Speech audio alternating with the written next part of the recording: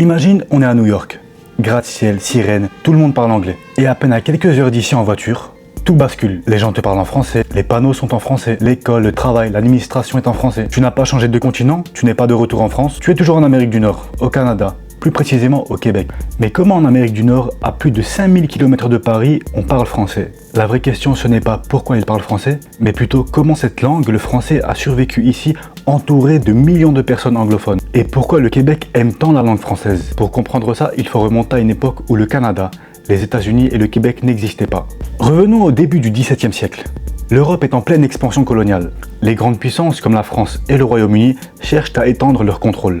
Ce qu'il faut noter, c'est que, pour la France, l'Amérique du Nord n'est pas une terre à coloniser, mais plutôt un espace à contrôler stratégiquement. La France vise surtout le commerce de la fourrure, extrêmement lucratif à l'époque. Elle n'envoie donc pas des foules de paysans, mais des explorateurs, des soldats, des commerçants et des missionnaires. En 1608, Samuel de Champlain fonde Québec. Le lieu est choisi avec une précision militaire, un territoire rocheux qui permet de contrôler le fleuve du Saint-Laurent. Celui qui contrôle ce fleuve contrôle l'accès au cœur du continent. C'est à partir de là que se structure la Nouvelle-France. Un territoire immense, partant du Canada jusqu'au Mexique actuel. Mais cet immense territoire est en fait très fragile. Pourquoi? Parce que la population française reste très faible. À son apogée, la Nouvelle-France compte environ 70 000 colons sur place, alors que les colonies anglaises voisines dépassent déjà le million. Cette différence va tout déterminer. Les colons français vivent regroupés, solidaires, isolés, dépendants les uns des autres. Et donc la langue devient leur principal lien social. Ils parlent français entre eux, se marient entre eux, transmettent leur langue à leurs enfants. Résultat, le français s'enracine profondément en Amérique du Nord. Et il évolue. Il devient une langue de communauté, pas une langue administrative qu'on parle exactement en métropole. C'est pour ça que parfois on peut observer certaines différences entre un Français et un Québécois qui parle. Puis vient le basculement. Au milieu du XVIIIe siècle, la France et l'Angleterre s'affrontent pour le contrôle mondial. La guerre arrive en Amérique du Nord. En 1759, la bataille des Plaines d'Abraham marque un tournant décisif. Les Britanniques prennent Québec. En 1763, la France signe le traité de Paris et abandonne définitivement la Nouvelle-France. À ce moment-là, tout semble perdu. La population francophone est vaincue militairement, abandonnée politiquement, encerclée par un empire anglophone en pleine expansion. Dans la majorité des cas historiques, la langue disparaît. Mais ici non. Pourquoi?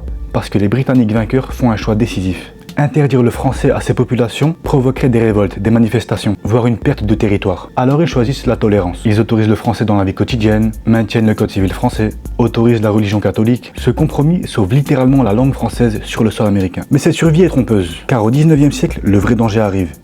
Pas sous forme de guerre, mais sous forme d'économie. Le Canada se développe rapidement. L'industrialisation attire des capitaux, des entreprises, des travailleurs anglophones.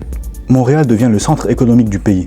Et l'anglais devient la langue du pouvoir, de l'argent et de la réussite. Pendant des décennies, les francophones occupent majoritairement les emplois les moins bien payés. L'anglais est la langue des patrons, le français celle des ouvriers. À ce moment-là, le français a vraiment perdu sa valeur. Il devient une langue quasi inutile. Et c'est dans les années 1960 que le Québec fait face à une révolution tranquille. L'État québécois se modernise, se sécularise et surtout prend conscience d'un fait brutal.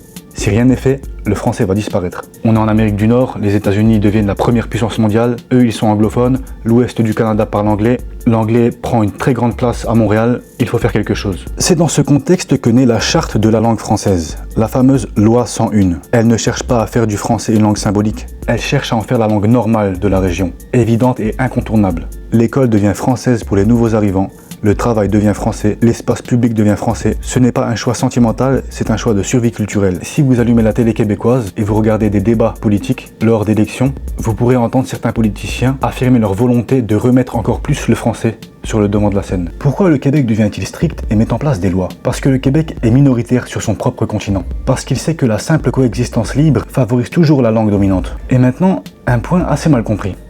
Pourquoi en dehors du Québec, dans d'autres provinces de l'Ouest, on voit du français sur les panneaux par exemple, alors que ces provinces sont normalement anglophones? Parce que le Canada a fait le choix d'être officiellement bilingue. Le français est une langue fondatrice du pays, au même titre que l'anglais.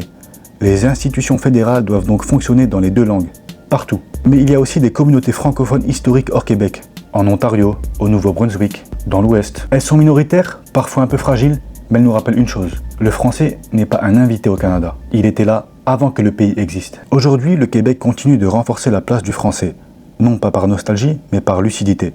Dans un monde dominé par l'anglais global, la neutralité linguistique n'existe pas. Le français québécois est donc le résultat d'un enchaînement rare, une colonisation limitée mais dense, une défaite militaire sans assimilation, une domination économique combattue politiquement et une volonté collective de durer. Et c'est peut-être ça la vraie leçon. Une langue ne survit pas parce qu'elle est ancienne, elle survit parce que le peuple l'a choisie. Si cette histoire t'a appris quelque chose, ou si tu veux apporter des précisions, mets-les dans les commentaires, n'hésite pas à mettre un j'aime et abonne-toi.